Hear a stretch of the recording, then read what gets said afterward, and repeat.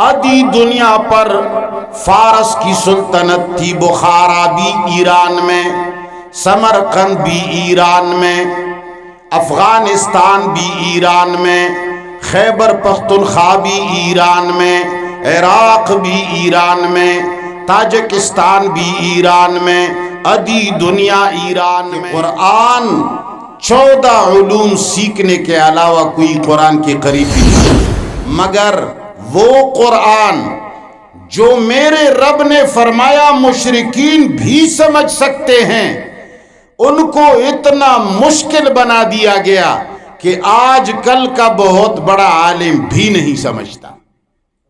یہ کس نے ایسا کیا؟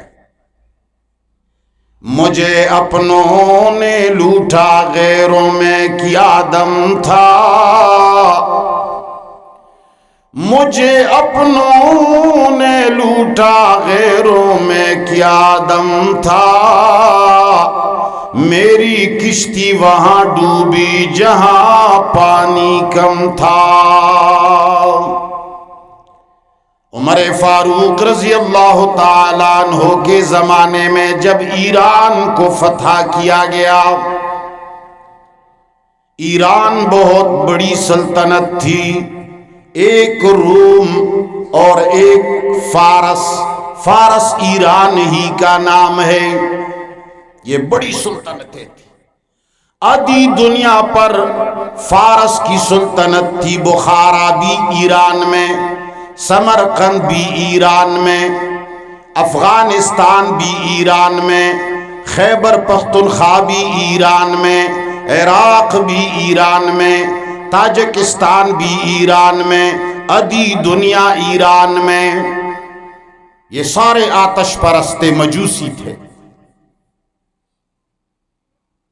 جب ان کو تہہ تیغ کیا گیا، ان میں جتنے فلاسفر تھے، قابل لوگ تھے، اپنے مذہب اور اپنے بھی دینی کے علماء تھے، سب نے سمجھوتا کیا کہ کلمہ پڑھو اور کام اپنا کرو،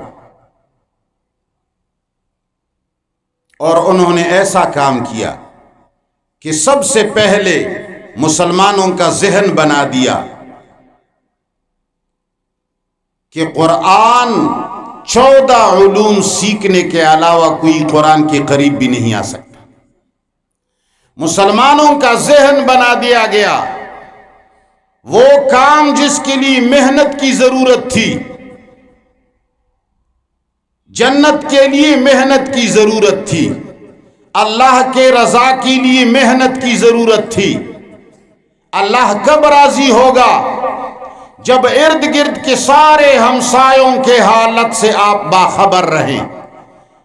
آپ جب اپنے منہ میں نوالا ڈالتے ہیں، اس سے پہلے آپ نے گاؤں کا حال دیکھ لیا ہو، ملاحظہ کر لیا ہو کہ فلان گھر میں کھانا نہیں ہے، اور ان یتیموں تک آپ کھانا پہنچا چکے۔ آپ افطاری کے اندر پہلے ان لوگوں کی افطاری کا فکر کر لیں جن کے ساتھ کوئی افطاری کے لیے کچھ نہیں۔ آپ عید الاضحیٰ کے کپڑے پہننے سے پہلے، بنانے سے پہلے، گاؤں کی یتیموں اور بیواؤں کے کپڑوں کے بارے میں معلومات حاصل کر لیں۔ آپ اپنے گھر بنانے سے پہلے دوسروں کے گھروں کا بھی حال معلوم کر لیں۔ آپ اپنی بیٹی کی شادی کے لیے اس سے پہلے دوسروں کے بیٹیوں کی شادی کے بارے میں غور کر لیں۔ مسلمان تب اللہ کو راضی کر سکتا ہے۔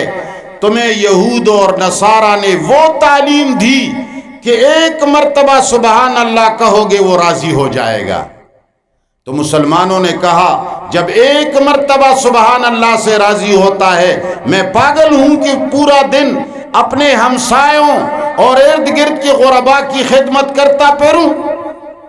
اور پھر کہا گیا کہ اگر ایک مرتبہ صلاۃ تسبیح پڑھی گئی، پھر تو آپ کا مرتبہ اور رسول اللہ کے مرتبے میں بہت تھوڑا سا ڈاؤٹ ہوگا، آپ پہنچ چکے ہوں گے۔